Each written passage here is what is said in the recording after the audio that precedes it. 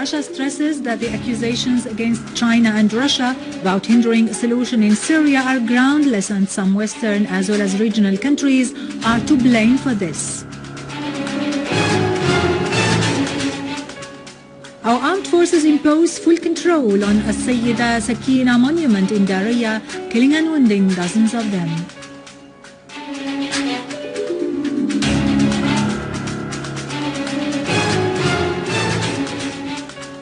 Israeli occupation troops launch an airstrike on Gaza and Palestinian resistance men retaliate.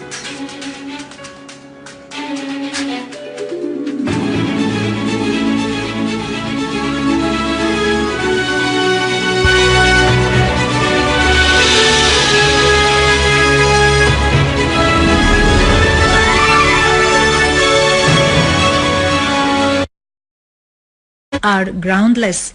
Today, Markelov said, "Our partners, whether in the West or in the region, are well aware that these accusations are untrue, and the truth is that a political solution in Syria is not obstructed by Russia and China, but by the forces that continue to support the ongoing armed conflict in this country, as they persist in their unconditional financial and military support for one side only, in reference to the support of the West, the USA and some regional states to the armed terrorist groups in Syria."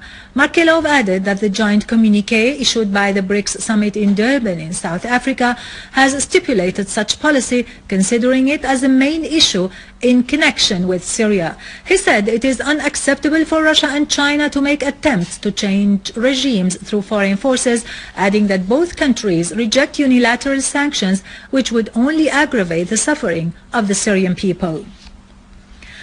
A citizen was killed and 2 others were wounded when terrorists fired a mortar shell at citizens' houses in al-Assad's residential suburbs in Damascus countryside. The Borders forces intercepted a terrorist group in Bir al-Sawt on the Syrian-Jordanian borders, eliminating all its members and destroying the cars used by the terrorists. In Assad Road neighborhood in Daraya, the authorities targeted the hideouts of the armed terrorist groups, killing a large number of them and destroying 5 vehicles equipped with Doshka machine guns. Our armed forces inflicted heavy losses on armed terrorist groups in Idlib countryside, killing and wounding dozens of them. A military source affirmed that during a series of qualitative operations which targeted terrorist gatherings at Al-Janudiyya and other villages in Idlib countryside, the source stressed that large numbers of terrorists were killed as they were committing acts of theft and robbery against public and private properties in Taftanaz, As-Sirmaniyya, Ma'ar Shamsha, Ma'ar Tamasrin and Jidar Bakfaloon. In Homs countryside, army units destroyed 2 dens for terrorists at outskirts of Al-Rastan and at Dar al-Kabira towns, killing and wounding dozens of them.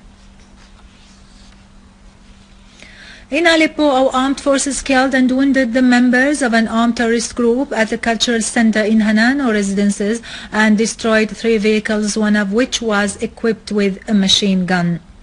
The army also destroyed 3 armored vehicles and eliminated a number of terrorists at Al-Hajj bridge.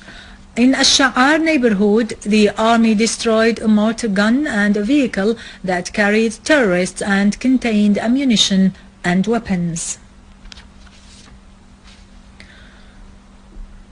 In Daraya, in Damascus suburbs, army units have taken full control of al-Sayyida Sukayna mausoleum and the surrounding area in Daraya. According to a military source, the operation resulted in killing all the terrorists who took refuge in the mausoleum and used it as a headquarters for their crimes, and damaged the building after they opened holes in it to carry out their acts of sniping through its walls.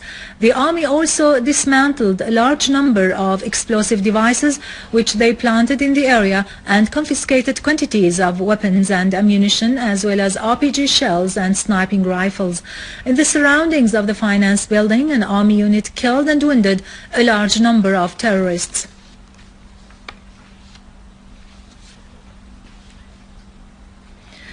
Tunisian Interior Minister Lutfi bin Jiddo pledged to continue combating extremist groups at a time Tunisian authorities are taking measures to prevent Tunisian citizens from joining terrorist groups in Syria.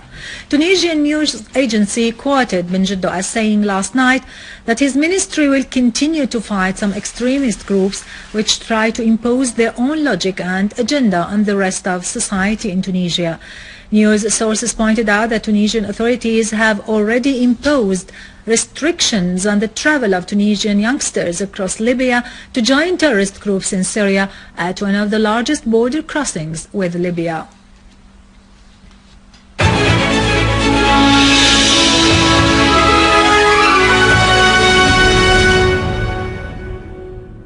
Welcome back. A Syrian truck driver was critically wounded when armed gunmen opened fire at a number of trucks heading to Syria near a bridge for pedestrians in Bab al-Tabbana area in Tripoli, north of Lebanon. Lebanese security sources pointed out that dozens of gunmen opened fire at the Syrian trucks as one gunman threw a hand grenade, causing the injury of driver Saleh Faris. It is worth mentioning that such hostile attacks have taken place several times before in the city of Tripoli. In occupied Palestine, Israeli occupation forces escalated their attacks on Gaza Strip and the West Bank, launching an airstrike on the city of Beit Lahia this morning. Meanwhile, in response to the martyrdom of Palestinian prisoner Maysara Abu Hamdiya after being denied medical treatment by Israeli occupation authorities, Palestinian resistance men targeted Israeli settlements with 2 rockets. It is to be noted that clashes continued in the West Bank between Israeli occupation soldiers and Palestinian citizens.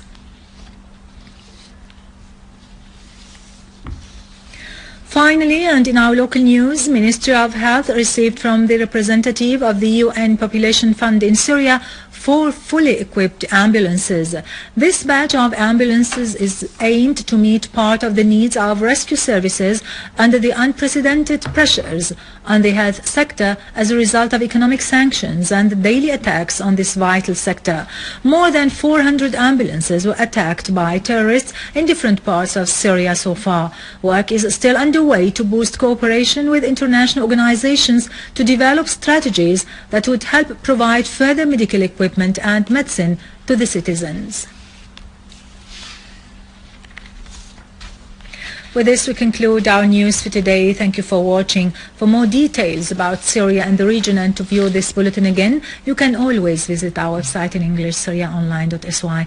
Now to latest business and market news with Khalid Saqabani after a short break.